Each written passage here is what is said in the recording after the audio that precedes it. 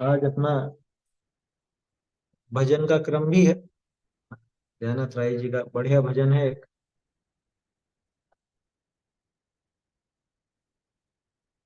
पिछली बार अपन ने देखा था,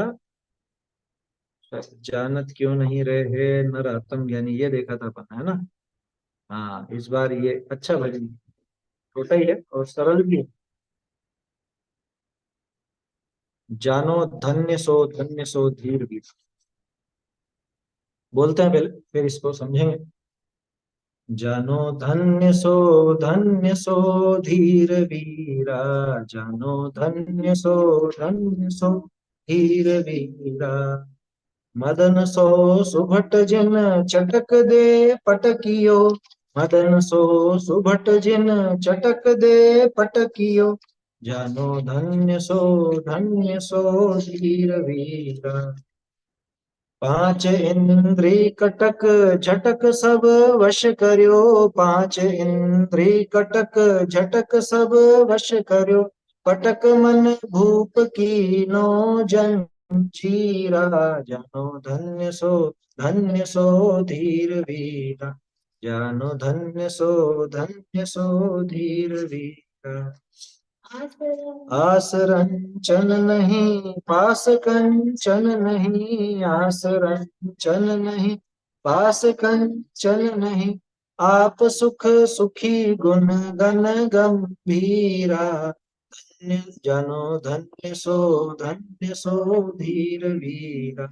जानो धन्य सो धीर वीरा।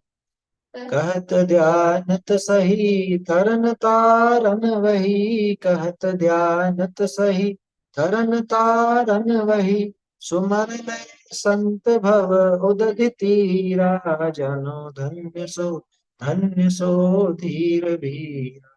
जानो धन्य सो धीर वीरा। क्या कह रहे हैं कि जानो धन्य, किसको धन्य जानो। जानो धन्य सो धीर वीरा। वही धन्य है, वही धन्य है, वही धीर वीर है। कौन? कि जिन्होंने मदन सो सुभट जिन, मदन जैसा सुभट, मदन सो सुभट जिन चटक दे पटक। जिन्होंने, जिन्होंने कामदेव रूपी सुभट को भी, कामदेव जैसे बड़े सुभट को भी चटक दे पटकियो। ये असल में पट और कियो शब्द अलग अलग छपा है, ये गलत है। पटकियो एक साथ आए। मदन सो सुभट जिन चटक दे पटकियो। ये चटक देकर एक झटके में, है ना, बोलते हैं ना, चटपट झटपट, झटपट ही पटक दिया। ऐसा दांव लगाया जो उसको पटक दिया, धराशायी कर दिया। मदन वास्तव में पूरे विश्व में सबसे खतरनाक योद्धा है और सबसे ज्यादा बलवान है। सभी जीव मदन माने कामदेव के वशीभूत है, पांचों इंद्रिय के विषय भोग के वशीभूत है ना। तो उसको जिन्होंने खेल खेल में ही हरा दिया है, समझ। जैसे महावीर अष्टक में भी आप पढ़ते हैं, अनिर्वारोद्रेक त्रिभुवन जयी काम सुभट कुमारावस्थायाम अपि निज बलाद्येन विजिता। कि जिन्होंने अपनी कुमार अवस्था में ही उस कामदेव को जीत लिया। किसको? कि जो त्रिभुवन जयी था, तीनों लोक को जिसने जीत रखा था, ऐसे उस मदन को जिन्होंने, मदन जैसे सुभट को भी जिन्होंने चटक देकर पटक दिया, एक झटके में उसको हरा दिया, उनको ही धीर और वीर जान। कहने का अर्थ है कि हमारे मुनिराज और हमारे अनंत देव वही वास्तव में धन्य धन्य है। पांच इंद्री कटक झटक सब वश करे। पांच इंद्री की कटक, कटक माने सेना, पांच इंद्री रूपी सेना, पांचों इंद्रियों की सेना है। शास्त्रों में ऐसा खूब आता है उदाहरण भी, कि पांच इंद्रियों की सेना को झटक सब वश करियो। जिन्होंने एक झटके में ही वश कर लिया। क्या? एक झटके में। अथवा जैसे यूं झटकारते हैं ना, कि पांच इंद्रिय के विषय भोगों को तो यूं ही झटक दिया। कि झटक सब, सारे विषयों को झटक करके, यानी उनको छोड़ करके पांचों इंद्रिय की सेना को वश में कर लिया। दोनों तरह से अर्थ निकाल सकते हैं। एक तो झटपट ही वश में कर लिया, ऐसा भी। दूसरा, सब झटक करके, यानी कि सब कुछ छोड़ करके, पांचों इंद्रिय के विषय भोगों को झटक करके, छोड़ करके वश में कर लिया उनकी सेना को। पटक मन भूप, और मन रूपी राजा को पटक करके, पटकनी दे करके, कीनो जंजीरा, जंजीरों में बांध दिया, मन को वशीभूत कर लिया। उपमा है ये तो 5 इंद्रियों की सेना और राजा है मन, ऐसा प्रयोग आत्मानुशासन में भी मिलता है ना। ये मन जो है वो तो इनका राजा है, और ये उसके सैनिक हैं 5 इंद्रियां। तो ये 5 इंद्रियों की सेना और ये मन रूपी राजा, इन सबको पटक करके वश में कर लिया, इनको जंजीर से बांध दिया, भेज दिया। आया समझ? ऐसे महामुनिराज, ऐसे हमारे अरहंत देव, वो धन्य है। आस रंचन नहीं, रंच मात्र भी कोई आशा यानी कोई इच्छा जगत की है नहीं। संसार शरीर भोगों से विरक्त है, किसी प्रकार की आस उनको है ही नहीं। पास कंचन नहीं, देखो अ, आस शब्द दिशा के लिए भी आता है ना। और फिर लेकिन दिशा रंच नहीं, ऐसा नहीं बनेगा। दिशा, दिशाएं ही जिनकी अंबर है, वो चीज तो अलग हो जाती है, वो अर्थ नहीं बैठा। आस रंचन नहीं यानी कि आशा जिनके पास है ही नहीं, कोई इच्छा नहीं किसी भी प्रकार की।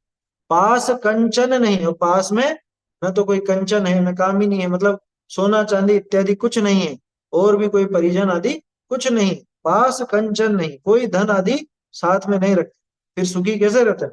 आप सुख सुखी, आप सुख, आप सुख यानी आत्म सुख से ही जो सुखी है ना, स्वयं का जो अतीन्द्रिय सुख है, उस अतीन्द्रिय सुख से जो सुखी है। गुण गण गंभीरा, ये गुण गण जिनके गंभीर गुण है, गंभीर माने अनंत अनंत है, ऐसे अनंत गुणों के समूह जिनके पास है, गंभीर गुण वाले हैं, गंभीर गुणों वाले हैं, ऐसे महामुनिराज। कहत दयानत सही तरन तारन वही, कि दयानंद राय जी कह रहे हैं बिल्कुल सही बात है, जगत में तरन तारण वही है। वो ही खुद स्वयं खुद तिरते हैं और दूसरों को तारते हैं।